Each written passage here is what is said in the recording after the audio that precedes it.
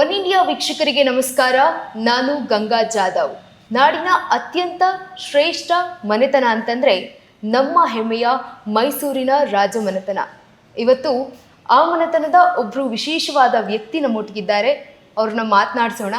ಮೈಸೂರಿನ ಮಹಾರಾಜ, ಕೊಡಗು ಮತ್ತು ಮೈಸೂರು ಲೋಕಸಭಾ ಸಂಸದರು ನಮ್ಮೊಟ್ಟಿಗೆ ಇವತ್ತಿನ ಕಾರ್ಯಕ್ರಮದ ಮುಖ್ಯ ಅತಿಥಿ ಶ್ರೀ ಯದುವೀರ್ ಜಯಚಾಮರಾಜೇಂದ್ರ ಒಡೆಯರ್ ಅವರು. ಸರ್, ಕಾರ್ಯಕ್ರಮಕ್ಕೆ ಸ್ವಾಗತ. ನಮಸ್ಕಾರ. ಮತ್ತು ನಿಮ್ಮ ವೀಕ್ಷಕರಿಗೂ ಸಹ ನನ್ನ ನಮಸ್ಕಾರಗಳನ್ನು ಸಲ್ಲಿಸುತ್ತೇನೆ. ಸರ್, ಮೊದಲನೇದಾಗಿ ಈ ಒಂದು ಇಂಟರ್ವ್ಯೂನಲ್ಲಿ ಸಂದರ್ಶನ ಮಾಡ್ತಾ ಇರೋದು ನನಗೆ ಬಹಳ ಖುಷಿ ಆಗ್ತಾ ಇದೆ, ಹೆಮ್ಮೆ ಸಂಗತಿ. ನಿಮ್ಮ ಒಂದು ಶಿಕ್ಷಣ ಸಂಸ್ಥೆಯಲ್ಲಿ ಓದಿ ಬಂದವಳು ನಾನು. ಇದೊಂದು ನನಗೆ ಅದ್ಭುತ ಸುವರ್ಣ ಅವಕಾಶ ಮತ್ತು ಗಳಿಗೆ. ಧನ್ಯವಾದ, ಭಾಳ ಸಂತೋಷ. ಸರ್, ಈಗ ದಸರಾ, ಆಗಿನ ಕಾಲದ ದಸರಾಗೂ ಮತ್ತು ಈಗಿನ ಕಾಲದ ದಸರಾಗೂ ವ್ಯತ್ಯಾಸ ಏನು ಸರ್? ಅಂದಿನ ಏನು ಮೈಸೂರು ರಾಜವಂಶಸ್ಥರು ಅವರ ನೇತೃತ್ವದಲ್ಲಿ ಸಂಪೂರ್ಣವಾಗಿ ದಸರಾ ನಡೀತಾ ಇತ್ತು. ಅಂದರೆ ಒಳಗೆ ವಿಧಿವಿಧಾನಗಳು ಏನಿತ್ತು, ಧಾರ್ಮಿಕ ವಿಧಿವಿಧಾನಗಳು, ಅದು ಅವ್ರ ಕೈಯಲ್ಲೇ ನಡೀತಾ ಇತ್ತು. ಆಚೆ ಏನು ಪಬ್ಲಿಕ್ ದಸರಾ ಏನಿತ್ತು ಅದು ಕೂಡ ಅವರ ಒಂದು ನೇತೃತ್ವದಲ್ಲೂ ಕೂಡ ನಡೀತಾ ಇತ್ತು. ಈಗ ನೋಡೋಕೆ ಹೋದರೆ ಸಾಮಾನ್ಯವಾಗಿ ಆ ವಿಧಿವಿಧಾನಗಳು ನಾವೇ ಆಚರಿಸ್ತೀವಿ. ಅದು ವೈಯಕ್ತಿಕವಾಗಿ ಅದು ಮನೆಯ ಒಂದು ವಿಚಾರ ಆಗಿದೆ, ಮನೆಯ ಪೂಜೆಗಳಾಗಿದೆ, ಮನೆಯ ಒಂದು ಆಚರಣೆ ಆಗಿದೆ. ಆಚೆ ಕಡೆ ಏನು ಈ ಅನೇಕ ಏನು ಚಟುವಟಿಕೆಗಳು ನಡೆಯುತ್ತೆ ಆ ಸರ್ಕಾರದ ವತಿಯಿಂದ ಏರ್ಪಡಿಸಲಾಗಿದೆ. 9 ದಿನ ನವರಾತ್ರಿ, ಒಂದೊಂದು ದೇವಿಯ ವಿಶೇಷ ಅವತಾರಗಳು. ನಿಮಗೆ ಯಾವ ದೇವಿ ಅಂದರೆ ಇಷ್ಟ ಸರ್? ಇಲ್ಲ, ಆ ಥರ ನಮ್ಮದ್ರಲ್ಲಿ ಬೇರೆ ರೀತಿ ನಡೆಯುತ್ತೆ. ಅದು ಹೊಸದಾಗಿ ಬಂದಿರೋವಂಥದ್ದು, ಮತ್ತು ಅದು ಬೇರೆ ಬೇರೆ ರೀತಿ ಬೇರೆ ಬೇರೆ ಪದ್ಧತಿಗಳಿರುತ್ತೆ. ನಾವು ಏನು ಟ್ರೈಫೋಲ್ಡ್ ಮ್ಯಾನಿಫೆಸ್ಟೇಷನ್ ಅಂತ ಏನು ಹೇಳ್ತಾರೆ, ಲಕ್ಷ್ಮೀ, ಸರಸ್ವತಿ ಮತ್ತು ಕಾಳಿ, ಈ ಮೂರನ್ನು ಕೂಡ ನಾವು ಆರಾಧನೆ ಮಾಡ್ತೀವಿ. ಪ್ರಮುಖವಾಗಿ ಇದು ತಾಯಿ ಚಾಮುಂಡೇಶ್ವರಿ ಮಹಿಷಾಸುರನನ್ನು ಸಂಹಾರ ಮಾಡಿರುವಂಥದ್ದು ಸಮಯ ಅಂತ ಹೇಳಿ, ಏನು ಇಡೀ ಬ್ರಹ್ಮಾಂಡದಲ್ಲಿರುವಂಥ ದುಷ್ಟ ಪ್ರಭಾವವನ್ನು ಅದ್ರ ಮೇಲೆ ಜೈಗೊಳಿಸುವಂಥದ್ದು ಒಂದು ಸಮಯ ಅಂತ ನಾವು ನಂಬ್ತೀವಿ. ಆ ನಂಬಿಕೆ ಏನು ತಾಯಿ ಏನು ಈ ಇಡೀ ಧರ್ಮವನ್ನು ಅದನ್ನು ಪುನಃ ಸ್ಥಾಪಿಸಿ ಮಾಡಿರುವಂಥದ್ದು ಕೆಲಸ, ಅದರ ಒಂದು ಆಚರಣೆ ನಡೆಯುತ್ತೆ. ಸೊ ಇದು ಧಾರ್ಮಿಕ ಒಂದು ವಿಧಿ, ಧರ್ಮದ ಏನು ಪುನರ್ಸ್ಥಾಪನೆ ಆಗಿರುವಂಥದ್ದು ಸಮಯ ಅಂತ, ಅದಕ್ಕೆ ಇದು ದೊಡ್ಡ ಆಚರಣೆ. ಸರ್, ಈಗ 9 ದಿನಗಳು ನವರಾತ್ರಿ ಉತ್ಸವ. ಈ ಸಮಯದಲ್ಲಿ ಉಪವಾಸ ವ್ರತ ಮಾಡೋದಿರುತ್ತೆ. ನೀವು ಉಪವಾಸ ಮಾಡ್ತೀರಾ ಸರ್? ಇಲ್ಲ, ನಮಗೇನು ಉಪವಾಸ ಏನು ಬರ್ದಿಲ್ಲ ಎಲ್ಲೂ ಶಾಸ್ತ್ರದಲ್ಲಿ. ಸಾಮಾನ್ಯವಾಗಿ ಇದು ಪೂಜಾ ಮುಗಿಯುವವರೆಗೂ ಏನು ತಿನ್ನಲ್ಲ. ಸೊ ಪೂಜೆ ಮುಗಿದ ನಂತರ ನಾವು ಊಟ ಮಾಡ್ಬೋದು. ನಂತರ ತಿರ್ಗಾ ಸಾಯಂಕಾಲ ಎಲ್ಲ ಪೂಜೆ ಆಗಿದ ನಂತರ ಒಂದ್ಸತಿ ಊಟ ಮಾಡ್ಬೋದು. ಆ ಥರ ಏನು ರಿಸ್ಟ್ರಿಕ್ಷನ್ ಇಲ್ಲ ಇಲ್ಲಿ. ಹಬ್ಬದ ಸಮಯ, ಅರಮನೆ, ಸಿಹಿ ಖಾದ್ಯಗಳು ಜಾಸ್ತಿ. ನಿಮ್ಮ ಫೇವ್ರೇಟ್ ಫುಡ್ ಯಾವುದು ಸರ್? ನಂದು ಫೇವ್ರೆಟ್ ಫುಡ್ ಅಂದರೆ ಇದು ಆ ಥರ ಏನಿಲ್ಲ. ನನಗೆ ಸಾಮಾನ್ಯವಾಗಿ ಹುರುಳಿ ಸಾರು ಇದು ಭಾಳ ಇಷ್ಟ. ಹುರುಳಿ ಸಾರು, ಹುರುಳಿ ಕಾಳು, ಇದು ಭಾಳ ಇಷ್ಟ ನನಗೆ. ದಸರೆ ಅದು ರಾಗಿ ಮುದ್ದೆನೂ ಆಗುತ್ತೆ, ಅನ್ನ ಜೊತೆನೂ ಆಗುತ್ತೆ. ಅದ್ರೇನು ಯಾವುದೇ ಇರಲಿ ಆ ಹುರುಳಿ ಸಾರು ಮುಖ್ಯ. ಆದರೆ ದಸರಾ ಸಮಯದಲ್ಲಿ ಇದೆಲ್ಲ ಇರಲ್ಲ. ಸಾಮಾನ್ಯವಾಗಿ ಇದು ಹಬ್ಬದ ಊಟ ಇರುತ್ತೆ, ಅದರದ್ದೇ ಒಂದು ಬೇರೆ ಬೇರೆ ಬರ್ತಿರುತ್ತೆ. ಇಲ್ಲಿ ಏನೋ ಪಲ್ಯಗಳು, ಏನೇನು ಸಿಹಿ ಇರಬೇಕು ಇತ್ಯಾದಿ ಇತ್ಯಾದಿ ಎಲ್ಲ ಬರ್ದಿರುತ್ತೆ. ಅದು ನೈವೇದ್ಯಕ್ಕೆ ಏನು ಕೊಡ್ತಾರೋ ಅದನ್ನೇ ನಾವು ತಿಂತೀವಿ ಅಷ್ಟೇ. ಸರ್, ನಮಗೆಲ್ಲ ದಸರಾ ರಜೆ ಬಂತು ಅಂತಂದರೆ ಅಜ್ಜಿ ಮನೆಗೆ ಹೋಗ್ತೀವಿ. ನಿಮಗೆ ದಸರಾ ರಜೆ ಬಂತು ಅಂತಂದರೆ ಅರಮನೆ. ಆ ದಿನಗಳು ಹೇಗಿದ್ವು ಸರ್, ನಿಮ್ಮ ರಜಾ ದಿನಗಳು? ಇಲ್ಲ, ನಮ್ಗೆ ಅದೇ ರೀತಿ, ಅದು ಒಂದು ರೀತಿ ಅದೂ ಕೂಡ ನಮ್ಮ ಪೂರ್ವಜರ ಮನೆ ಅಂತ, ಮತ್ತು ನಮ್ಮ ಎಲ್ಲರಿಗೂ ಕೂಡ ಏನು ಅರಸು ಮನೆತನಗಳಿಗೆ ನಮ್ಮ ಅರಮನೆಯೇ ಕೇಂದ್ರವು. ಎಲ್ಲನೂ ಕೂಡ ಅಲ್ಲಿಂದಾನೇ ಉದ್ಭವ ಆಗಿರೋದು, ಅಲ್ಲೇನೇ ಅಂತ್ಯ. ಸೊ ಅದಕ್ಕಾಗಿ ದಸರಾ ಅಂದರೆ ಅದು ಅರಮನೆಯೇ. ಪ್ರತಿಯೊಬ್ಬರು ಮೈಸೂರಿಗೂ ಸಹ ಅದು ಅರಮನೆಯಿಂದಾನೇ ಶುರು ಆಗೋದು, ಅಲ್ಲೇನೇ ಅಂತ್ಯ. ಏನಾದರೂ ಮೈಸೂರಿನಲ್ಲಿ. ಸೊ ಇದು ದಸರಾನು ಕೂಡ ಅದೇ ರೀತಿ. ಈಗ ಅದು ಒಂದು ಏನು ವಿಧಿವಿಧಾನಗಳನ್ನು ಮಾಡೋದ್ರಲ್ಲಿ ಭಾಳಷ್ಟು ಸಮಯ ಅದರಲ್ಲೇ ಹೋಗುತ್ತೆ. ಸೊ ನಮಗೆ ಏನು ಆಚರಣೆ ಮತ್ತು ಏನು ಉತ್ಸವದ ಕಡೆ ಏನೇನು ನಾವು ಪಾಲ್ಗೊಳ್ಬೋದು ಅದು ಜಾಸ್ತಿ ಸಮಯ ಇಲ್ಲ. ಆದರೂ ಸಹ ಅದೇ ಒಂದು ಏನು ದೇವಿ ತಾಯಿ ಚಾಮುಂಡೇಶ್ವರಿಯಿಂದಾನೇ ಇದೆಲ್ಲ ಕೆಲಸಗಳು ಯಶಸ್ವಿ ಆಗೋದು. ಸೊ ಅವಳಿಗೆ ವಿಶೇಷವಾದಂಥ ಸಮಯ ಇದು, ವಿಶೇಷವಾದ ಆರಾಧನೆ ಮಾಡುವಂಥದ್ದು ಸಮಯ. ನಮ್ಗೆ ಕೂಡ ಏನೇನು ಒಳ್ಳೇದಾಗಿದೆ ಅದಕ್ಕೂ ಕೂಡ ವಂದನೆಗಳನ್ನು ಅರ್ಪಿಸುವ ಒಂದು ಸಮಯ. ಸರ್, ಈಗ ಅಂತಂದರೆ ನಿಮ್ಮ ಬಾಲ್ಯದ ದಿನಗಳು ಅರಮನೆಯಲ್ಲಿ ಹೇಗಿದ್ವು ಸರ್? ಅದೇ ದಸರಾ ಸಮಯಕ್ಕೆ ಸಾಮಾನ್ಯವಾಗಿ ಬರ್ತಾ ಇದ್ವಿ, ಅಥವಾ ಏನಾದರೂ ಆಚರಣೆ ಇದ್ದರೆ ಅಥವಾ ಏನಾದರೂ ಇವೆಂಟ್ ಇದ್ದರೆ ಮತ್ತು ಅವರು ಇಲ್ಲಿ ಏನು ತಂದೆ ಅಥವಾ ತಾಯಿಯವ್ರು ಕರಿತಾ ಇದ್ರೆ ಅಂದಿನ ಕಾಲದಲ್ಲಿ ಅಲ್ಲಿ ಬರ್ತಾ ಇದ್ವಿ. ಬಂದಾಗೆಲ್ಲ ನಮ್ದು ಇನ್ನು ಚಿಕ್ಕ ಮಕ್ಕಳಿಂದ ಎಲ್ಲರೂ ನಮ್ಮ ಏನು ಇಡೀ ಕುಟುಂಬ ಇರ್ತಾಯಿದ್ರು, ನಮ್ಮ ಕಸಿನ್ಸು ಎಲ್ಲರೂ ಇರ್ತಾಯಿದ್ರು. ಸೊ ಅದಕ್ಕಾಗಿ ಅವ್ರ ಜೊತೆ ಆಟ ಆಡೋದು ಮತ್ತು ಭಾಳಷ್ಟು ಸಮಯ ಬೆಂಗಳೂರಲ್ಲಿ ಬೇರೆ ಬೇರೆ ಕಡೆ ಇದ್ವಿ. ಬೆಂಗಳೂರಲ್ಲೇ ಸಿಕ್ಕೋದು ಅಷ್ಟು ಸುಲಭ ಅಲ್ಲ. ಸೊ ಅದಕ್ಕಾಗಿ ಇಲ್ಲಿ ಬಂದಾಗ ಎಲ್ಲರೂ ಜೊತೆಗಿದ್ದು ಇಡೀ ಕುಟುಂಬ ಜೊತೆಗಿರೋ ಕಾರಣಕ್ಕಾಗಿ ನಾವೆಲ್ಲರೂ ಒಂದು ರೀತಿ ಒಂದು ಆನಂದದಿಂದ ಪಾಲ್ಗೊಳ್ತಾ ಇದ್ವಿ. ಹೌದು, ಕಸಿನ್ಸು, ಸಿಸ್ಟರ್ಸು, ಬ್ರದರ್ಸು ಎಲ್ಲರೂ ಕೂಡ ಇಲ್ಲೇ ಒಂದು ಜೊತೆಗಿರ್ತಾ ಇದ್ವಿ. ಮೈಸೂರಲ್ಲಿ ಭಾಳ ಸುಲಭ ತಾನೆ, ಇಲ್ಲಿ ಎಲ್ಲರೂ ಜೊತೆಗಿರ್ತಾ ಇದ್ವಿ. ಸೊ ಅದೇ ಒಂದು ಆನಂದ. ಸರ್, ರಾಜ ಪೋಷಾಕನ್ನ ಹಾಕಿ ಕೂತಾಗ ಮೊದಲನೇ ದಿನ ಆ ಅದ್ಭುತಗಳಿಗೆ ಹೇಗಿತ್ತು ಸರ್? ಆ ಗಳಿಗೆಯನ್ನ ಈಗ ನೀವು ನೆನೆಸ್ಕೊಂಡ್ರೆ ನಿಮ್ಗೆ ಏನ್ ಅನ್ಸುತ್ತೆ? ಹತ್ರ ನನ್ನ ದೃಷ್ಟಿಕೋನ ಅದ್ರ ಮೇಲೆ ಇರಲ್ಲ. ನನ್ನ ಸಾಮಾನ್ಯವಾಗಿ ಏನು ವಿಧಿಗಳಿದೆ ಅದು ಸರಿಯಾಗಿ ನಡಿಬೇಕು, ಏನು ಪೂಜೆಗಳು ಮಾಡ್ತಾ ಇದೀವಿ ಅದು ಸರಿಯಾಗಿ ನಡಿಬೇಕು ಅಂತ ನನ್ನ ಏನು ಧ್ಯಾನ ಅದ್ರ ಮೇಲಿರುತ್ತೆ. ಅದು ಏನು ಏನು ಬೆಳಗ್ಗೆ ನಾವು ಏನು ಪಂಚೆ ಮುಕ್ತಾನೆ ಹಾಕೊಂಡು ಪೂಜೆಗಳು ಮಾಡೋದು, ಸಾಯಂಕಾಲನೂ ಸಹ ಅದೇನೆ. ಬರೀ ನೀವು ನೋಡೋದು ಆಚೆಗೆ ಆ ದರ್ಬಾರ್ ಸಮಯದಲ್ಲಿ ಪೋಷಾಕ ಹಾಕೊಂಡು ನಾವು ದರ್ಬಾರ್ ನಡೆಸುವಂಥದ್ದು. ಅದು ಏನು ಪ್ರಕ್ರಿಯೆ ಇದೆ ಅದರಂತೆ ಮಾಡ್ತೀವಿ. ಹೌದು, ಅದಕ್ಕೂ ಕೂಡ ಒಂದು ರೀತಿ ವೈಭವ ಇದೆ, ವಿಜೃಂಭಣೆಯಿಂದ ನೀವೆಲ್ಲ ನೋಡ್ತೀರಾ, ಅದಿದ್ದೇ ಇರುತ್ತೆ. ಅದು ದಸರಾದ ಒಂದು ಏನು ಸ್ಪೆಷಾಲಿಟಿ ಅಂತ ಹೇಳ್ಬೋದು. ಆದ್ರೆ ನಮ್ಮ ಧ್ಯಾನ ಇರೋದು ಎಲ್ಲ ವಿಧಿಗಳು ಸರಿಯಾಗಿ ಆಗ್ಲಿ ಅಂತ. ಸರ್, ಆ ಪೋಷಾಕನ ರೆಡಿ ಮಾಡ್ತಾರಲ್ವ ಸರ್, ಅವರು ಯಾರು ಸರ್? ಆ ಮನೆತನ? ಇಲ್ಲ, ಆತರ ಏನು ರೆಡಿ ಮಾಡೋರು ಅಂತಲ್ಲ. ಇದು ಸಾಮಾನ್ಯವಾಗಿ ಹಳೆ ಕಾಲದ್ದು ಟೇಲರ್ಗಳು ಇರ್ತಾರೆ, ಅದ್ರದ್ದು ಪ್ರಕ್ರಿಯೆ ಇದೆ. ನಮ್ಮ ತಾಯಿಯವರು ಸಾಮಾನ್ಯವಾಗಿ ಅದನ್ನ ಕೂತ್ಕೊಂಡು ಮಾಡಿಸ್ತಾರೆ. ಅದು ಒಂದ್ಸತಿ ಮಾಡಿದ್ರು ಮದುವೆ ಟೈಮ್ಗೆ, ಅದನ್ನೇ ನಾನು ಇವತ್ತವರೆಗೂ ಅದನ್ನೇ ಉಪಯೋಗಿಸ್ಕೊಂಡು ಬಂದಿದ್ದೀನಿ. ಕುಟುಂಬದಲ್ಲಿ ನಿಮಗೆ ಸ್ಫೂರ್ತಿಯಾದ ಒಡೆಯರವ್ರು ಯಾರು ಸರ್? ನಮಗೆ ಸ್ಫೂರ್ತಿಯಾಗಿರೋದು ಕಂಠೀರವ ನರಸಿಂಹರಾಜ ಒಡೆಯರ್ ಅವರು. ಹಿಂದೆ ನಮ್ಮ ರಾಜಧಾನಿ ಶ್ರೀರಂಗಪಟ್ಟಣದಲ್ಲಿ ಇರೋ ಸಮಯದಲ್ಲಿ ಅವರು ನಡೆಸಿರುವಂಥದ್ದು ಆಳ್ವಿಕೆ, ಯಾವ ರೀತಿ ರಾಜ್ಯವನ್ನು ಒಗ್ಗಟ್ಟಾಗಿಟ್ಕೊಂಡು ಮೈಸೂರು ಸಂಸ್ಥಾನವನ್ನು ಅವರು ಸಂರಕ್ಷಣೆ ಮಾಡಿದ್ರು, ಅದು ನಿಜವಾಗ್ಲೂ ಶ್ಲಾಘನೀಯ. ಇದು ಉತ್ತರ ಭಾರತದಿಂದ ಈಗ ಎಷ್ಟೋ ದಾಳಿಗಳು ಆಗ್ತಾ ಇತ್ತು. ಡೆಲ್ಲಿ ಸಲ್ಟನೇಟ್ ಅವ್ರದ್ದು, ಇಲ್ಲಿ ದಕ್ಷಿಣದಲ್ಲೂ ಸಹ ಇದು ಅಲ್ಲೂ ಎಲ್ಲಿ ತ್ರಿಚಿಯಲ್ಲಿ ಮತ್ತೆ ಮಧುರೈಲಿ ಎಲ್ಲ ಸಲ್ಟನೇಟನ್ನು ಕೂಡ ಸೃಷ್ಟಿಯಾಗಿತ್ತು. ಅವ್ರಿಗೆಲ್ಲ ವಿರುದ್ಧವಾಗಿ ನಿಂತು ಮತ್ತೆ ರಾಜ್ಯದ ಏನು ಸಂರಕ್ಷಣೆ ಮಾಡಿದ್ದು, ರಾಜ್ಯ ಒಳಗಡೆನೆ ಇರುವಂಥದ್ದೆಲ್ಲ ಷಡ್ಯಂತ್ರನೂ ಕೂಡ ಎದುರಿಸಿ ಅವರು ಕೆಲಸವನ್ನು ಮಾಡಿದ್ರು. ಸೊ ಅದು ನಿಜವಾಗ್ಲೂ ನೋಡಕ್ ಹೋದ್ರೆ ಅವರು ನಡೆದಿರೋ ಕಂಠೀರವ ನರಸಿಂಹರಾಜ ಒಡೆಯರ್ ಕಾಲ ಒಂದು ಬಹಳ ಅದ್ಭುತವಾದ ಒಂದು ಆಳ್ವಿಕೆ ನಡೆಸಿದ್ರು ಮತ್ತೆ ರಾಜ್ಯದ ಸಂರಕ್ಷಣೆ ಮಾಡಿದ್ರು. ಅದಕ್ಕೆ ಸಾಕ್ಷಿ ಅಂದ್ರೆ ಅಮರ್ ಚಿತ್ರಕಥೆಯಿಂದಾನು ಕೂಡ ಒಂದು ಪುಸ್ತಕ ಬಿಡುಗಡೆ ಆಗಿದೆ. ಅವ್ರ ಜೀವನದ್ದು ಯಾರ್ದು ರಾಜ್ಯದ್ದು ಆಗಿಲ್ಲ ದಕ್ಷಿಣ ಭಾರತದಲ್ಲಿ ಅಷ್ಟೊಂದು. ಅಂಡ್ ಇನ್ನೂ ದೊಡ್ಡ ಸಾಕ್ಷಿ ಅಂದ್ರೆ ನಮ್ಮ ಡಾಕ್ಟರ್ ರಾಜ್ಕುಮಾರ್ ಅವರೇ ಫಿಲ್ಮ್ ಮಾಡಿದ್ದಾರೆ ಅವ್ರ ಬಗ್ಗೆ. ಸೊ ಅದು ಅವರ ಆಳ್ವಿಕೆ ಅದ್ಭುತ ಅಂತ ನನ್ನ ಅಭಿಪ್ರಾಯ. ಸರ್, ಎಲ್ಲರಲ್ಲೂ ಒಂದು ಕುತೂಹಲ ಇರುತ್ತೆ, ರಾಜರು ಅವರ ದಿನಚರಿ ಹೇಗಿರುತ್ತೆ ಅಂತ. ನಿಮ್ಮ ದಿನಚರಿ ಹೇಗಿರುತ್ತೆ ಸರ್? ಇದು ಸಂಸದರಾಗಿರೋಕ್ಕಿಂತ ಮುಂಚೆ ಸಾಮಾನ್ಯವಾಗಿ ಬೆಳಗ್ಗೆ ಎಲ್ಲ ವ್ಯಾಯಾಮ ಮುಗಿಸ್ಕೊಂಡು ನಮ್ಮ ಏನು ಚಿಕ್ಕದಾಗಿ ಮಗಂದು ಎಲ್ಲ ಸ್ಕೂಲ್ ವಿಚಾರ ಎಲ್ಲ ನೋಡಿಕೊಂಡು ಅವ್ರು ಸ್ಕೂಲ್ ಡ್ರಾಪ್ ಮಾಡ್ತಾಯಿದ್ದೆ, ಅಥವಾ ನಮ್ಮ ಹೆಂಡತಿಯವರು ಡ್ರಾಪ್ ಮಾಡ್ತಾಯಿದ್ರು ಸಾಮಾನ್ಯವಾಗಿ. ಅದು ಬಿಟ್ಟರೆ ನಂತರ ಇರೋ ತಾಯಿಯವ್ರ ಜೊತೆ ಒಂದು ಸ್ವಲ್ಪ ಭೇಟಿಯಾಗಿ ನಂತರ ನಮ್ಮದು ಕೆಲ ಕಾರ್ಯಕ್ರಮಗಳು ಇರ್ತಾಯಿತ್ತು ಪಬ್ಲಿಕ್ಕಲ್ಲಿ, ಕೆಲವು ಏನೇನು ಕಮಿಟ್ಮೆಂಟ್ಸ್ ಕೊಟ್ಟಿತ್ತು, ಮತ್ತು ನಮ್ಮ ಆಫೀಸ್ ಕೆಲಸನೂ ಇತ್ತು. ನಮ್ಮ ಸೈಬರ್ ಭದ್ರತೆ ಏನು ಪ್ರೋಗ್ರಾಮ್ ಶುರು ಮಾಡಿದ್ವಿ, ಅದಕ್ಕೂ ಕೂಡ ಒಂದು ಸ್ವಲ್ಪ ಸಮಯ ಕೊಡ್ತಾ ಇದ್ವಿ. ಆಂಟ್ರಪ್ರಿನರ್ಶಿಪ್ ಕೆಲಸ, ಇನೋವೇಷನ್ ಕೆಲಸನೂ ಇತ್ತು, ಅದಕ್ಕೆಲ್ಲ ಸಮಯ ಕೊಡ್ತಾ ಇದ್ವಿ. ನಮ್ಮ ಶಾಲೆನೂ ಇದೆ, ಜಯಚಾಮರಾಜೇಂದ್ರ ಅರ್ಸು ಎಜುಕೇಷನ್ ಟ್ರಸ್ಟು, ಅನೇಕ ಶಾಲೆಗಳು ನಡೆಸ್ತದೆ, ಆರ್ಕಿಟೆಕ್ಚರ್ ಕಾಲೇಜ್ ಇದೆ, ಅದೆಲ್ಲಕ್ಕೂ ಕೂಡ ಒಂದು ಸ್ವಲ್ಪ ಸಮಯ ಕೊಟ್ಟು ನಂತರ ಒಂದು 3:30, 4, 5 ಗಂಟೆಗೆ ಎಲ್ಲ ಮುಗಿತಾ ಇತ್ತು.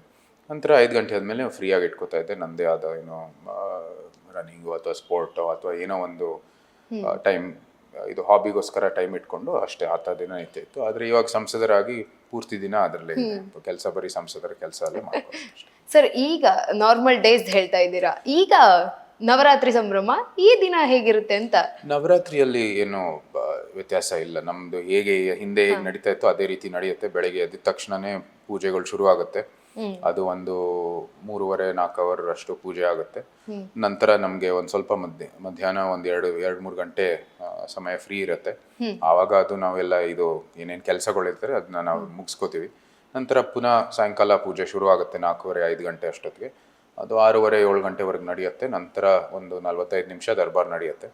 ದರ್ಬಾರ್ ನಡೆದ ನಂತರ ಪುನಃ ಅದು ಮಹಾಮಂಗಳಾರತಿ ಆಗುತ್ತೆ. ಮಹಾಮಂಗಳಾರತಿ ಆಗಿದ ನಂತರ ಅದಿನದ್ದು ವಿಧಿ ಅಲ್ಲಿಗೆ ಪೂರ್ಣಗೊಳಿಸುವಂಥದ್ದಾಗತ್ತೆ. ಆದರೆ ಕಾಳರಾತ್ರಿ ದಿನ, ಸರಸ್ವತಿ ಪೂಜೆ ದಿನ, ಆಯುಧ ಪೂಜೆ ದಿನ ಮತ್ತು ವಿಜಯದಶಮಿ ದಿನ ಅದು ವ್ಯತ್ಯಾಸ ಇರುತ್ತೆ. ಪೂಜೆಗಳು ಇನ್ನೂ ಹೆಚ್ಚಾಗ್ತವೆ. ಸರ್, ಪಟ್ಟಾಭಿಷೇಕ ಆದಮೇಲೆ ನಿಮಗೆ ಒಂದಷ್ಟು ಜವಾಬ್ದಾರಿಗಳಿದ್ವು. ಆ ಒಂದು ಕೆಲಸದಲ್ಲಿ ಪ್ರಮೋದಾದೇವಿ ಒಡೆಯರ್ ಅವರು ನಿಮಗೆ ಹೇಗೆ ಸಾಥ್ ಕೊಟ್ಟರು ಸರ್? ಇಲ್ಲ, ಎಲ್ಲದರಲ್ಲೂ ಸಹ ಅವರೇ ತಿಳ್ಕೊಡ್ಬೇಕಾಗಿತ್ತು. ಯಾಕಂದರೆ ಆವಾಗ ಇನ್ನು ನೋಡಿದರೂ ಸಹ ಅದರ ಏನು ಸಿಂಬಾಲಿಸಮ್ ಇದೆ, ಪೂಜೆಗಳು ಏನು, ಯಾವ ರೀತಿ ನಡೆಸಬೇಕು, ಅದರ ಪ್ರಕ್ರಿಯೆ ಏನು, ಪದ್ಧತಿ ಹೇಗಿದೆ, ಅದೆಲ್ಲನೂ ಕೂಡ ತಿಳುವಳಿಕೆ ಇರಲಿಲ್ಲ. ಅವರೇ ಎಲ್ಲ ತಿಳಿಸ್ಕೊಟ್ರು. ಸೊ ಅದು ಎಲ್ಲದರಲ್ಲೂ ಸಹ ಅವರ ಪಾತ್ರ ಇದೆ. ಸರ್, ಮಹಾರಾಜರ ಕಾಲದಲ್ಲಿ ಇದ್ದಿದ್ದು ಒಂದೇ ದಸರಾ, ಈಗ ಮತ್ತೊಂದು ದಸರಾ ಬಂದಿದೆ. ಮಹಿಷ ದಸರಾ ಮಹಾರಾಜರು ಇದ್ದಂಥ ಕಾಲದಲ್ಲಿ ಇತ್ತ ಸರ್? ಇಲ್ಲ, ಇರಲಿಲ್ಲ. ಅದು ಈಗಿನ ಕಾಲದಲ್ಲಿ ಯಾರೋ ಅವರು ನಂಬಿಕೆ ಶುರು ಮಾಡಿದ್ದಾರೆ. ಸಂವಿಧಾನ ದೃಷ್ಟಿಯಲ್ಲಿ ಎಲ್ಲರಿಗೂ ನಮ್ಮ ಮನೆಯಲ್ಲಿ ಏನು ಬೇಕಾದರೂ ನಾವು ಆರಾಧಿಸ್ಬೋದು, ಅದರಲ್ಲಿ ಏನೂ ಇಲ್ಲ. ಸೊ ಅವ್ರು ಮಾಡ್ಕೊಂಡು ಹೋಗ್ತಾ ಇದ್ದಾರೆ. ನಾವು ಕೂಡ ಹೇಳಿದ್ದೀವಿ, ನಮ್ಮ ನಂಬಿಕೆಗೆ ಧಕ್ಕೆ ಕೊಡದೇನೆ ನೀವು ಕೆಲಸ ಮಾಡಿಕೊಂಡ್ರೆ ನಮ್ಮದೇನು, ಖಂಡಿತ ಹೌದು, ನಾವೇನು ಮಾಡೋಂಗಿಲ್ಲ ಸಂವಿಧಾನ ದೃಷ್ಟಿಯಲ್ಲಿ.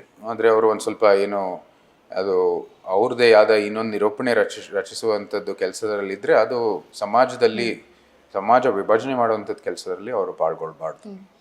ಸರ್, ಆನೆಗೆ ಆನೆ ಭಾರ, ಇರುವೆಗೆ ಇರುವೆ ಭಾರ. ಅವ್ರವ್ರ ಕಷ್ಟಗಳು, ಅವ್ರವ್ರ ಸಮಸ್ಯೆಗಳು ಅವ್ರಿಗೆ ಗೊತ್ತಿರುತ್ತೆ. ಜನರು ಅನ್ಕೊಂಡಿರ್ತಾರೆ ರಾಜರಿಗೆ ಏನು ಸಮಸ್ಯೆನೇ ಇರಲ್ವಾ, ಕಷ್ಟ ಇರಲ್ವಾ ಅಂತ. ಎಲ್ಲರಿಗೂ ಸಂಕಷ್ಟಗಳು ಇರುತ್ತೆ ಜೀವನದಲ್ಲಿ. ಯಾರಿಗೂ ಸಹ ಸಂಕಷ್ಟ ಇಲ್ಲದೇನೆ ಅವರ ಜೀವನವನ್ನು ಬದುಕೋಕೆ ಸಾಧ್ಯವಿಲ್ಲ. ನಮಗೂ ಕೂಡ ನಮ್ಮ ಸಂಕಷ್ಟಗಳಿದ್ದಾವೆ, ಎಲ್ಲರಿಗೂ ಕೂಡ ಅವ್ರದ್ದು ಕಷ್ಟಗಳಿದ್ದಾವೆ. ಜೀವನದಲ್ಲಿ ನಮಗೆ ಅದನ್ನ ಎದುರಿಸಿ ನಾವು ಮುಂದುವರಿಬೇಕಾಗಿರುವಂಥದ್ದು ನಮ್ಮ ಏನು ಕರ್ತವ್ಯ ಆಗುತ್ತೆ. ಅದು ನಾವು ಮಾಡ್ತಾ ಇರ್ತೀವಿ, ಮುಂದುವರಿಯುತ್ತೆ. ಸಾಮಾನ್ಯರು ಕೂಡ ಏನು ಅವ್ರ ಸಂಕಷ್ಟಗಳಿದ್ದಾರೆ, ಅವರು ಶಕ್ತಿ ಇದ್ದರೆ ಅವರು ಕೂಡ ಅದನ್ನ ಓವರ್ಕಮ್ ಆಗಿ ಅವರು ಮುಂದುವರಿತಾರೆ. ನಮ್ಮ ಮಹಾರಾಜರು ಕಟ್ಟಿಸಿದಂತಹ ಕಟ್ಟಡಗಳು, ಪಾರಂಪರಿಕ ಕಟ್ಟಡಗಳು ಕೆಲವೊಂದಷ್ಟು ಹಾಳಾಗ್ತಾ ಇದೆ. ಅದನ್ನು ರಕ್ಷಿಸುವ ನಿಟ್ಟಿನಲ್ಲಿ ನೀವು ಯಾವ ರೀತಿಯ ಕ್ರಮಗಳನ್ನು ಕೈಗೊಳ್ತಾ ಇದ್ದೀರಾ ಸರ್? ಎಲ್ಲನೂ ಸಹ ನಾವು ಸಂರಕ್ಷಣೆ ಮಾಡಲೇಬೇಕು. ಕಾರಣ ಅಂದರೆ ನಮ್ಮ ಮೈಸೂರಿನ ಏನು ಗುರುತು ಬರದೇ ಆದ್ದರಿಂದ. ಖಂಡಿತ ಸರ್. ಸ್ಯಾಂಡ್ಸ್ಟೋನ್ ಬಜಾರು, ದೇವರಾಜ ಮಾರ್ಕೆಟ್ ಇರ್ಬೋದು, ಮೈಸೂರು ಅರಮನೆನೇ ಇರ್ಬೋದು, ಅನೇಕ ಕಟ್ಟಡಗಳು ಮೈಸೂರಲ್ಲಿ ಇದ್ದಾವೆ. ಅದಕ್ಕೆ ಮೈಸೂರಿಗೆ ಒಂದು ರೀತಿ ಕಲೆ ಬರದೇ ಈ ಕಟ್ಟಡಗಳಿಂದ. ಯಾಕಂದರೆ ಮೊದಲನೇದಾಗಿ ನಾವು ನಮ್ಮ ಕಣ್ಣಲ್ಲಿ ನೋಡೋದ್ರಿಂದನೇ ನಮ್ಮ ಒಂದು ನಗರದ ಅಥವಾ ಒಂದು ಜಾಗದ ಒಂದು ಗುರುತು ಬರೋದು, ಐಡೆಂಟಿಟಿ ಬರೋದು, ಅಸ್ಥೆಟಿಕ್ ಬರೋದು ಅದರಿಂದಾನೆ. ಅದಕ್ಕಾಗಿ ನಾವು ಅದರ ಸಂರಕ್ಷಣೆ ಮಾಡಿದ್ರೇ ಎಲ್ಲಕ್ಕಿಂತ ಒಳ್ಳೆಯ ಕೆಲಸ ಅದು. ಮೈಸೂರಿನ ಪಾರಂಪರ್ಯ ಉಳಿಸುವಂಥದ್ದು, ನಮ್ಮ ಪಾರಂಪರಿಕ ಕಟ್ಟಡನೂ ಕೂಡ ನಾವು ಉಳಿಸ್ಬೇಕಾಗಿದೆ. ಸೊ ನಾವು ಇದೆಲ್ಲ ಕೆಲಸವನ್ನು ಮಾಡ್ತಾಯಿದ್ವಿ. ಆಗಲೇ CSR ಅವ್ರ ಜೊತೆ ಎಲ್ಲ ಮಾತಾಡ್ತಾ ನಾವು ಕೆಲಸವನ್ನು ಮಾಡ್ತಾಯಿದ್ವಿ. ನಂತರ ಅರಮನೆಗೆ ಸಂಬಂಧಪಟ್ಟಿರೋದು ಏನು ಈ ಪಾರಿವಾಳದು ಏನು ಡ್ರಾಪಿಂಗ್ಸ್ ಇದೆ ಅದನ್ನು ಕೂಡ ನಾವು ನಿಲ್ಲಿಸಬೇಕು. ಸುಮ್ಮನೆ ಏನು ಈ ಬರ್ಡ್ ಫೀಡು ಏನಾಗ್ತಾ ಇದ್ದಾರೆ ಅದರ ಅವಶ್ಯಕತೆ ಇಲ್ಲ. ಇದು ವನ್ಯಜೀವಿ ಆಗಿರೋ ಕಾರಣಕ್ಕಾಗಿ, ಇನ್ನು ನಗರದ ವನ್ಯಜೀವಿ ಆಗಿರೋ ಕಾರಣಕ್ಕಾಗಿ ಅವ್ರು ಏನು ಹೆಚ್ಚಾಗಿ ಊಟ ಕೊಡುವಂಥದ್ದು ಅವಶ್ಯಕತೆ ಇಲ್ಲವೇ ಇಲ್ಲ. ಅದಾಗೆ ಅವರು ಹುಡ್ಕೊಂಡು ಊಟ ತಗೋತವೆ. ಇದು ಎಕ್ಸೆಸ್ ಆಗಿ ಏನು ಕೊಡ್ತಾ ಇದ್ದೀರಾ, ಅದಕ್ಕೆ ಬೇಕಾಗಿಂಥದ್ದು ಅದಕ್ಕಿಂತ ಎಕ್ಸೆಸ್ ಕೊಡ್ತಾ ಇದ್ದೀರಾ, ಅದು ಪಾರಂಪರಿಕ ಕಟ್ಟಡಗಳು ಹಾನಿ ಆಗ್ತಾ ಇದೆ. ಯಾಕಂದರೆ ಆ ಪಿಕ್ಕಿಯಲ್ಲಿ ಆ ಆ್ಯಸಿಡಿಟಿ ಲೆವೆಲು ಭಾಳ ಜಾಸ್ತಿನೇ ಅದು. ಅದಕ್ಕಾಗಿ ನಮ್ಮ ಮಾರ್ಬಲಲ್ಲಿ ಮತ್ತು ಏನು ಸುಣ್ಣಗಾರೆ ಇದೆ ಅದೆಲ್ಲಕ್ಕೂ ಕೂಡ ಭಾಳ ಹಾನಿಕಾರಕ ಒಂದು ಅದು ಡ್ರಾಪಿಂಗ್ಸು. ಸೊ ನೀವು ಒಳ್ಳೇದಾಗತ್ತೆ. ಇದು ವೈಜ್ಞಾನಿಕವಾಗಿ ನಮ್ಮ ಅರ್ಬನ್ ಏನು ನ್ಯಾಚುರಲಿಸ್ಟ್ ಇದ್ದಾರೆ ಹಾಗೂ ಪಾರಂಪರಿಕ ಕಟ್ಟಡ ಸಂರಕ್ಷಣೆ ದೃಷ್ಟಿಯಿಂದ ಈ ಕೆಲಸವನ್ನು ಬಿಟ್ಟು ಹೋದರೆ ಒಳ್ಳೆಯದು. ಇಲ್ಲ ಅಂದರೆ ನಾವು ಕೂಡ ಏನು ಕ್ರಮಗಳು ತಗೋಬೇಕು, ನಾವು ನ್ಯಾಯಾಲಯದಿಂದನೂ ಕೂಡ ಆದೇಶ ತಗೋಬೇಕು. ಸೊ ಆ ಕೆಲಸವನ್ನು ಮಾಡ್ತಾ ಇದ್ದೀವಿ. ಸರ್, ನಾವು ಈ ರೀತಿ ಒಂದಷ್ಟು ಮಾತುಗಳನ್ನು ಕೇಳಿದ್ವಿ.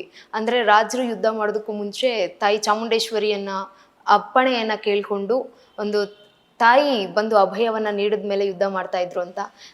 ತಾಯಿ ಬಂದು ರಾಜರಿಗೆ ತಮ್ಮ ಒಂದು ಇದನ್ನು ಕೊಡ್ತಾ ಇದ್ರ ಸರ್, ಅಭಯವನ್ನು ನೀಡ್ತಾ ಇದ್ರ, ಪ್ರತ್ಯಕ್ಷ ಯಾವುದೇ ಕೆಲಸ ಯಶಸ್ವಿ ಆಗ್ಬೇಕಂದ್ರೆ ಅದು ತಾಯಿ ಚಾಮುಂಡೇಶ್ವರಿಯ ಒಂದು ಆಶೀರ್ವಾದ.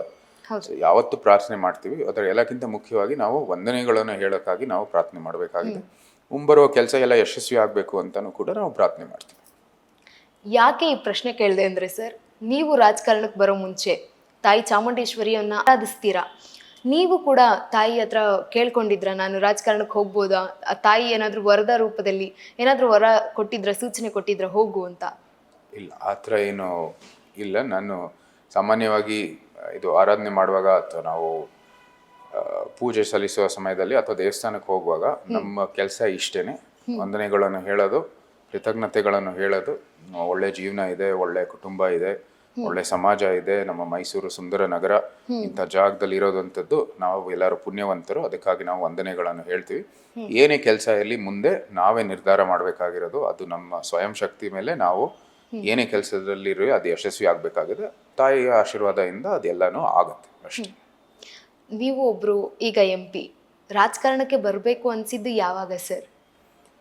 ಅನಿಸಿದ್ದು ಅಂತಲ್ಲ, ನಾನು ಇದು ಫೆಬ್ರವರಿ ಮಾರ್ಚ್ ತಿಂಗಳಲ್ಲಿ ಒಂದಷ್ಟು ಸೂಚನೆಗಳು ಬಂದಿತ್ತು ಈ ಥರ ಆಗ್ಬೋದು ಅಂತ. ಮುಂದೆ ನಾನು ಅಂದ್ಕೊಂಡಿದ್ದೆ ಇದು ಬಹುಶಃ 2019ರಲ್ಲೂ ಕೂಡ ಭಾಳಷ್ಟು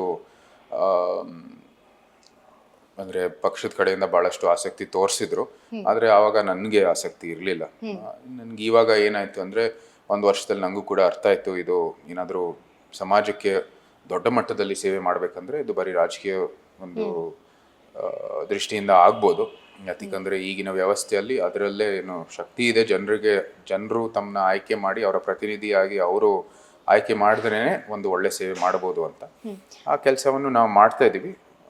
ಅದೆಲ್ಲ ಜನರ ಆಶೀರ್ವಾದ, ಅವರ ಒಂದು ಮತದ ಮೂಲಕ ಇವಾಗ ಈ ಸ್ಥಾನಕ್ಕೆ ತಂದಿದ್ದಾರೆ.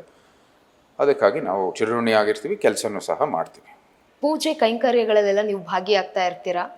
ನಿಮಗೆ ಎಷ್ಟು ಶ್ಲೋಕಗಳು ಗೊತ್ತು ಸರ್? ಆ ಥರ ಏನಿಲ್ಲ. ಅದು ಹೆಚ್ಚಾಗಿ ನಾವು ಅವಲಂಬಿಸೋದು ನಮ್ಮ ಪುರೋಹಿತರು ಇರ್ತಾರೆ, ಜೋಯಿಸರು ಇರ್ತಾರೆ, ಶಾಸ್ತ್ರ ಓದೋರು ಇರ್ತಾರೆ, ಧರ್ಮಾಧಿಕಾರಿಗಳು ಇರ್ತಾರೆ. ಅವರೆಲ್ಲನೂ ಕೂಡ ಈ ಒಂದು ಕೆಲಸವನ್ನು ಮಾಡ್ತಾರೆ. ನಮ್ಗೆ ಎಷ್ಟು ಗೊತ್ತಾಗಿರಬೇಕು ಅದು ಗೊತ್ತಿದೆ, ಪ್ರಕ್ರಿಯೆ ಗೊತ್ತಿದೆ, ಪದ್ಧತಿಗಳು ಗೊತ್ತಿದೆ, ಮತ್ತು ಅದರ ಅರ್ಥ ಗೊತ್ತಿದೆ, ಏನು ಸಿಂಬಾಲಿಸಮ್ ಇದೆ ಅದು ಕೂಡ ಗೊತ್ತಿದೆ. ನಾವು ಅದನ್ನ ಬೈ ಹಾರ್ಟ್ ಮಾಡ್ಕೊಂಡು ಮಾಡಲೇಬೇಕು ಅಂತ ಎಲ್ಲೂ ಇಲ್ಲ. ಆದರೆ ನಮಗೆ ಏನು ಗೊತ್ತಾಗಬೇಕು ಅದು ಗೊತ್ತಿದೆ. ಆಗಿನ ಕಾಲದಲ್ಲಿ ರಾಜರು ತಮ್ಮ ಒಂದು ರಾಜ್ಯಾಡಳಿತವನ್ನು ನೋಡೋದಕ್ಕೆ ಮಾರುವೇಷದಲ್ಲಿ ಹೋಗ್ತಾ ಇದ್ರು.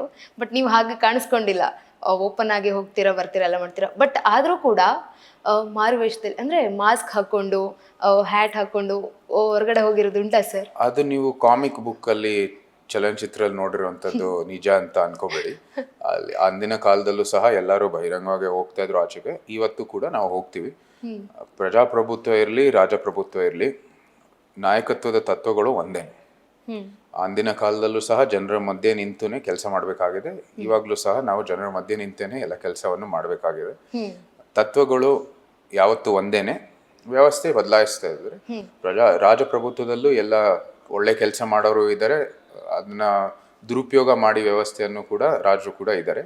ಅದೇ ರೀತಿ ಇವತ್ತು ಪ್ರಜಾಪ್ರಭುತ್ವದಲ್ಲೂ ಕೂಡ ಒಳ್ಳೆ ರಾಜಕಾರಣಿಗಳಿದ್ದಾವೆ. ಈ ವ್ಯವಸ್ಥೆಯನ್ನು ದುರುಪಯೋಗ ಮಾಡಿ ರಾಜಕಾರಣಕ್ಕೆ ಒಂದು ಏನು ಕೆಟ್ಟ ಹೆಸರು ತಂದಿರೋರು ಕೂಡ ಇದ್ದಾರೆ. ಸೊ ಅದು ವ್ಯವಸ್ಥೆಯಲ್ಲಿ ನೀವು ಹೇಗೆ ಉಪಯೋಗಿಸಿದ ಅದರ ಮೇಲೆ ಅವಲಂಬಿಸ್ತದೆ. ಸರ್, ಯುವಕರಿಗೆ ಸ್ಫೂರ್ತಿ ಸ್ವಾಮಿ ವಿವೇಕಾನಂದರು. ಅವರು ವಿಶ್ವ ಸಮ್ಮೇಳನಕ್ಕೆ ಹೋಗುವಾಗ ಅವರಿಗೆ ಸಹಾಯ ಮಾಡಿದ್ದು ಒಡೆಯರ್ ಮನೆತನ ಅಂತೆ, ಹೌದಾ ಸರ್? ಹೌದು, ಅವರು ಬೆಂಗಳೂರಿಗೆ ಬಂದಿದ್ರು ಮೊದಲು. ದಿವಾನ್ ಶೇಷಾದ್ರಿ ಅಯ್ಯರ್ ಅವರು ಭೇಟಿಯಾಗಿದ್ರು. ಅಂದಿನ ಮಹಾರಾಜರು 10ನೇ ಚಾಮರಾಜ ಒಡೆಯರ್ ಅವರು, ಅಂದರೆ ನಾಲ್ವಡಿ ಕೃಷ್ಣ ಒಡೆಯರ್ ಅವರ ತಂದೆ. ಬಂದಿರೋ ಸಮಯದಲ್ಲಿ ಅವರು ಬೆಂಗಳೂರಲ್ಲಿ ಬೇರೆ ಬೇರೆ ಭಾಷಣಗಳು, ಏನು ಅವ್ರ ಆಶೀರ್ವಚನೆಗಳನ್ನು ನೀಡ್ತಾ ಬಂದಿದ್ರು. ಎಲ್ಲರೂ ಭಾಳ ಏನು ಇಂಪ್ರೆಸ್ ಆಗಿರೋ ಕಾರಣಕ್ಕಾಗಿ ಮಹಾರಾಜ ಕಿವಿಗೂ ಬಂದಿತ್ತು. ಸೊ ಅವರು ಮೈಸೂರು ಕರೆದ್ರು ಅವ್ರನ್ನ. ಮೈಸೂರಿನಲ್ಲಿ ಅವ್ರಿಗೆ ಒಂದು ವಿಶೇಷವಾದಂಥ ಸಭೆಯನ್ನು ನಡೆಸಿ ನಂತರ ಏನು ಭಾಳ ಒಳ್ಳೆ ಭಾಷಣ ಎಲ್ಲ ಕೊಟ್ಟಿದ ನಂತರ ಮಹಾರಾಜರು ಸಹ ಅವ್ರಿಗೆ ಏನೇ ಇದ್ದರೂ ನಾವು ಪೋಷಕರಾಗ್ತೀವಿ ಅಂತ ಹೇಳಿದರು. ಸೊ ಅವ್ರು ಇನ್ನೂ ನಾನು ರಾಮೇಶ್ವರಂಗೆ ಇನ್ನೂ ಹೋಗಬೇಕಾಗಿದೆ, ರಾಮೇಶ್ವರಂ ಆಗಿದ ನಂತರ ನಾನು ಈ ಪ್ರವಾಸಕ್ಕೆ ಹೋಗ್ತೀನಿ ಅಂತ ಹೇಳಿದರು. ಸೊ ಆಗ ಅವ್ರು ಸಹಾಯ ಮಾಡಿದರು. ಅದ್ರ ಜೊತೆಗೆ ಅವರು ಏನು ಆ ವರ್ಲ್ಡ್ ಪಾರ್ಲಿಮೆಂಟ್ ಆಫ್ ರಿಲಿಜನ್ಸಲ್ಲಿ ಸಮ್ಮೇಳನದಲ್ಲಿ ಹಾಕಿರುವಂಥದ್ದು ರೋಬ್ಸು, ಏನು ಕೇಸರಿ ಇದು ರೋಬ್ಸ್ ಏನಿದೆ, ಪೋಷಾಕ್ ಏನಿದೆ, ಅದನ್ನು ಸಹ ಮಹಾರಾಜರನ್ನೇ ಸ್ಪಾನ್ಸರ್ ಮಾಡಿದ್ರು ಅಂತ ದಾಖಲೆ ಆಗಿದೆ. ಸರ್, ಈ ಒಂದು ಇಂಟರ್ವ್ಯೂನಲ್ಲಿ ನೀವು ಒಬ್ಬರ ಬಗ್ಗೆ ಮಾತಾಡಲೇಬೇಕು ಸರ್. ತ್ರಿಷಿಕಾದೇವಿ ಒಡೆಯರ್ ಅವ್ರ ಬಗ್ಗೆ. ತ್ರಿಷಿಕಾದೇವಿ ಒಡೆಯರ್ ಅವರು ರಾಜಸ್ಥಾನದವರು, ನಾವು ಕರ್ನಾಟಕದವರು. ಅಲ್ಲಿ ಭಾಷೆ ಬೇರೆ, ಇಲ್ಲಿ ಭಾಷೆ ಬೇರೆ. ಭಾಷೆ ಈಗ ಎಷ್ಟರ ಮಟ್ಟಿಗೆ ಕಲ್ತಿದ್ದಾರೆ ಮತ್ತೆ ಮಾತನಾಡ್ತಾರೆ ಸರ್? ಅದೆಲ್ಲ ಮನೆ ವಿಷಯದಲ್ಲಿ ಎಲ್ಲಾನು ಕೂಡ ಕನ್ನಡದಲ್ಲೇ ಮಾತಾಡೋದು. ಹೌದು, ಬಂದು ಆಚೆ ಏನು ಭಾಷಣ ಕೊಡೋದು ವೇದಿಕೆ ಮೂಲಕ ಅದೇ ಬೇರೆ. ಇದು ನನಗೂ ಕನ್ನಡ ಗೊತ್ತಿದ್ರೂ ಸಹ ಭಾಷಣ ಕೊಡುವಂಥದ್ದು ಕನ್ನಡನೇ ಅದೇ ಬೇರೆ. ಸೊ ಅದು ಕಲಿಬೇಕಾಗಿದೆ, ಅದು ಕಲಿತಾ ಇದ್ದಾರೆ. ಆಗ್ಲೇ ಅಷ್ಟು ಭಾಷಣಗಳು ಕೊಟ್ಟಿದ್ದಾರೆ. ಆದ್ರೆ ಸಂಪೂರ್ಣವಾಗಿ ಅವ್ರ ಜೊತೆ ನೀವು ಏನೇ ಆದ್ರೂ ಸಂಪರ್ಕ ಮಾಡ್ಬೇಕಂದ್ರೆ ಅವ್ರು ಕನ್ನಡದಲ್ಲೇ ಮಾಡಬಹುದು ಸಂಪೂರ್ಣವಾಗಿ. ಅವರು ಮದುವೆ ಆದ ಆರಂಭದ ದಿನಗಳಲ್ಲಿ ಹೇಳಿದ್ರು, ಕನ್ನಡವನ್ನ ಕಲಿತಾ ಇದ್ದೀನಿ ಅಂತ. ಕನ್ನಡ ಎಲ್ಲಿವರೆಗೂ ಕಲ್ತಿದ್ದಾರೆ ಸರ್ ಅಂತ? ಅದು ಕಲ್ತಿದ್ದಾರೆ. ಅವ್ರಿಗೇನು ಓದೋದು ಬರೆಯೋದು ಎಲ್ಲ ಗೊತ್ತಿದೆ. ಆದರೆ ಇದು ಭಾಷಣ ಅಂದರೆ ನಮಗೇನು ವೇದಿಕೆ ಕಾರ್ಯಕ್ರಮದಲ್ಲಿ ಭಾಷಣ ಮಾಡುವಂಥದ್ದು ಅದು ಬೇರೆ ರೀತಿ, ಎಲ್ಲರಿಗೂ ಕೂಡ ಅದು ಕಲಿಯಬೇಕಾಗಿರುವಂಥದ್ದು. ಯಾಕಂದ್ರೆ ಸರ್ ಇನ್ಸ್ಟಾಗ್ರಾಮ್ ಪೋಸ್ಟಲ್ಲೆಲ್ಲ ಲೈನ್ಸಲ್ಲೆಲ್ಲ ಶುಭಾಶಯಗಳನ್ನ ಕನ್ನಡದಲ್ಲೇ ಹಾಕ್ತಾರೆ. ಅದು ಗೊತ್ತಿದೆ ಅವ್ರಿಗೆ, ಅಷ್ಟು ಗೊತ್ತಿದೆ ಅವ್ರಿಗೆ, ಅದು ಎಲ್ಲ ಗೊತ್ತಿದೆ ಅವ್ರಿಗೆ. ಅಯೋಧ್ಯೆಯಲ್ಲಿ ರಾಮಲಲ್ಲನ ಪ್ರತಿಷ್ಠಾಪನೆ ದಿನ ನೀವು ಅವರು ಹೋಗಿರ್ತೀರಾ ಒಂದು ಸಮಯದಲ್ಲಿ ಭಾಗಿಯಾಗೋದಕ್ಕೆ.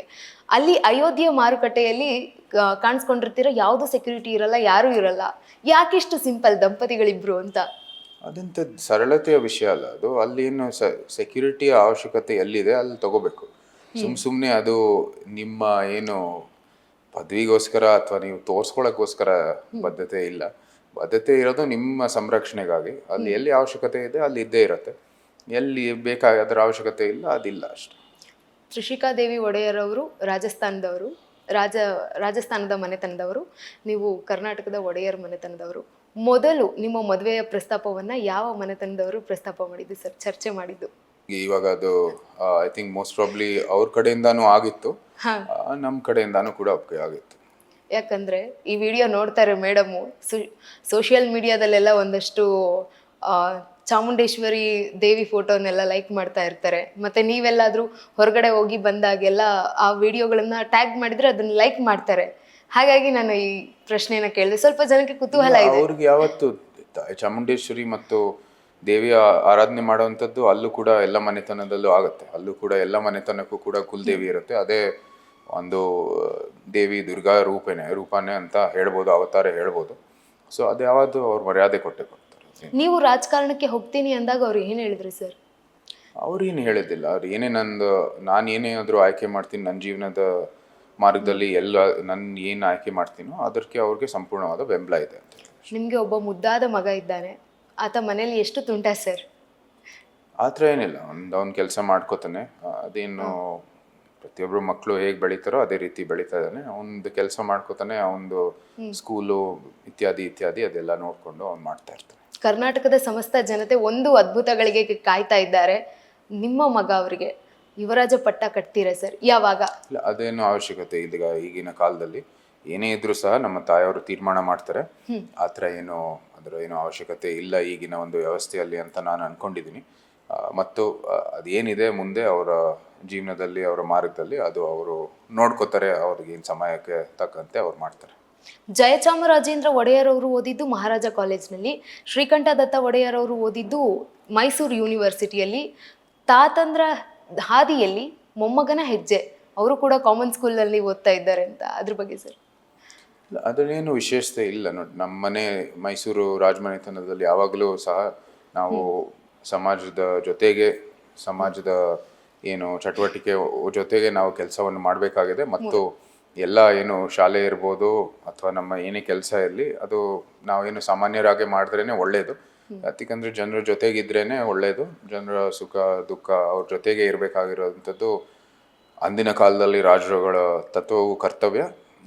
ಇವತ್ತಿನ ಏನು ಸಾಮಾನ್ಯರಾಗಿ ಕೂಡ ನಾವು ಸಾಮಾನ್ಯರಂತೆ ಕೆಲಸ ಮಾಡಿದ್ರೇ ಒಳ್ಳೆಯದು ನನ್ನ ಅಭಿಪ್ರಾಯ. ಕನ್ನಡದ ಸಿನಿಮಾಗಳು ಅಂತಾರಾಷ್ಟ್ರೀಯ ಮಟ್ಟದಲ್ಲಿ ಸದ್ದು ಮಾಡ್ತಾ ಇದೆ. KGF ಆಗಿರ್ಬೋದು, KGF 2 ಆಗಿರ್ಬೋದು, ಕಾಂತಾರ ಆಗಿರ್ಬೋದು. ನೀವು ಯಾವ ಸಿನಿಮಾ ನೋಡಿದ್ರಿ ಸರ್? ನಾನು ಹೆಚ್ಚಾಗಿ ಏನು ಸಿನಿಮಾ ನೋಡಲ್ಲ ಸಾಮಾನ್ಯವಾಗಿ. ನೋಡೋದು ಏನಾದರೂ ಇಂಡಿಪೆಂಡೆಂಟ್ ಫಿಲ್ಮು ಏನಾದರೂ ಬಂದರೆ ನಮಗೆ ಕರೆದ್ರೆ ಮಾತ್ರ ಹೋಗೋದು. ನಾನು ಅಷ್ಟೊಂದು ಸಮಯ ಇಲ್ಲ ಹೋಗೋಕ್ಕೆ. ಸಾಮಾನ್ಯವಾಗಿ ಏನಾದರೂ OTT ಅಲ್ಲ ಅಥವಾ ಇಂಥದ್ದು ಪ್ಲ್ಯಾಟ್ಫಾರ್ಮ್ಸ್ ಏನು ಬರುತ್ತೆ ಟಿ ವಿ ಮೇಲೆ, ನೆಟ್ಫ್ಲಿಕ್ಸು ಇತ್ಯಾದಿ ಅದರಲ್ಲಿ ನೋಡ್ತಾ ಇರ್ತೀನಿ ಅಷ್ಟೇ. ಆದರೆ ನಾನು ಇಂಥದ್ದು ಫಿಲ್ಮ್ ಎಲ್ಲ ಯಾವುದು ನೋಡಿಲ್ಲ. ರಾಜರ ಮನೆತನಕ್ಕೂ ಮತ್ತು ಡಾಕ್ಟರ್ ರಾಜ್ಕುಮಾರ್ ಅವರ ಕುಟುಂಬಕ್ಕೂ ಸ್ನೇಹ ಸಂಬಂಧ ಇದೆ. ಅಪ್ಪು ಸರ್ ಅವರು ನಮ್ಮ ಜೊತೆ ಇಲ್ಲ, ಅವರ ಕೆಲಸಗಳು, ಅವರ ಆದರ್ಶಗಳು ನಮ್ಮ ಜೊತೆ ಇದೆ ಸರ್. ಅಪ್ಪು ಸರ್ ಬಗ್ಗೆ ಹೇಳೋದಾದ್ರೆ, ಭಾಳ ಸರಳ ವ್ಯಕ್ತಿತ್ವ, ವಿನಮ್ರವಾದ ವ್ಯಕ್ತಿತ್ವ. ನನಗೆ 2-3 ಸತಿ ಭೇಟಿಯಾಗುವಂಥದ್ದು ಅವಕಾಶ ಸಿಕ್ಕಿತ್ತು. ಮೊದಲನೇದು ಇದು ಈಶಾ ಫೌಂಡೇಶನ್ ಕಾರ್ಯಕ್ರಮ ಇತ್ತು. ಆವಾಗ ಇದು ನಮ್ಮ ರ್ಯಾಲಿ ಫಾರ್ ರಿವರ್ಸು ಆವಾಗ ನಡೀತಾ ಇರೋ ಸಮಯದಲ್ಲಿ ಮೊದಲನೇ ಬಾರಿ ಸಿಕ್ಕಿದ್ದು. ನಂತರ ಯಾವುದೋ ಕ್ರೀಡೆಯ ಕಾರ್ಯಕ್ರಮದಲ್ಲಿ ಸಿಕ್ಕಿದ್ರು, ಮ್ಯಾರಥಾನ್ ಓಡುವಾಗ ಸಿಕ್ಕಿದ್ರು. ಅಂಥದ್ದು ಕಾರ್ಯಕ್ರಮದಲ್ಲಿ ಯಾವಾಗಲೂ ಸಿಗ್ತಾಯಿದ್ರು. ಆ್ಯಕ್ಟಿವ್ ಆಗಿರುವಂಥದ್ದು ಮತ್ತು ಇಂಥ ಸಮಾಜಕ್ಕೆ ಒಳ್ಳೆ ಮಾಡ್ತಾ ಇರುವಂಥದ್ದು ಕಾರ್ಯಕ್ರಮದಲ್ಲಿ ಯಾವಾಗಲೂ ಸಿಗ್ತಾಯಿದ್ರು. ಅವರ ವಿನಮ್ರತೆ, ಸರಳತೆ ನಮಗೆಲ್ಲರಿಗೂ ಕೂಡ ಸ್ಫೂರ್ತಿ. Is a very missed person. ಇಡೀ ಕನ್ನಡ ಚಲನಚಿತ್ರ ಅಲ್ಲ, ಕನ್ನಡ ಸಮುದಾಯನೇ ಅವರ ಒಂದು ಕೆಲಸಕ್ಕಾಗಿ ಚಿರಋಣಿಯಾಗಿರ್ತಾರೆ. ಅವರ ತಂದೆಯವರು ಸಹ ಅವ್ರ ಕಾಲದಿಂದನೂ ಕೂಡ ಒಂದು ರೀತಿ ಸ್ನೇಹ ಸಂಬಂಧ. ಅವರು ಭಾಳಷ್ಟು ಸಮಯ ಹಿಂದಿನ ಮಹಾರಾಜರು ಭೇಟಿ ಆಗ್ತಾ ಇದ್ರು. ನಂತರ ಅವ್ರದ್ದು ಒಳ್ಳೆಯ ಚಿತ್ರಗಳಿದ್ದಾವೆ ಮಹಾರಾಜರ ಬಗ್ಗೆ.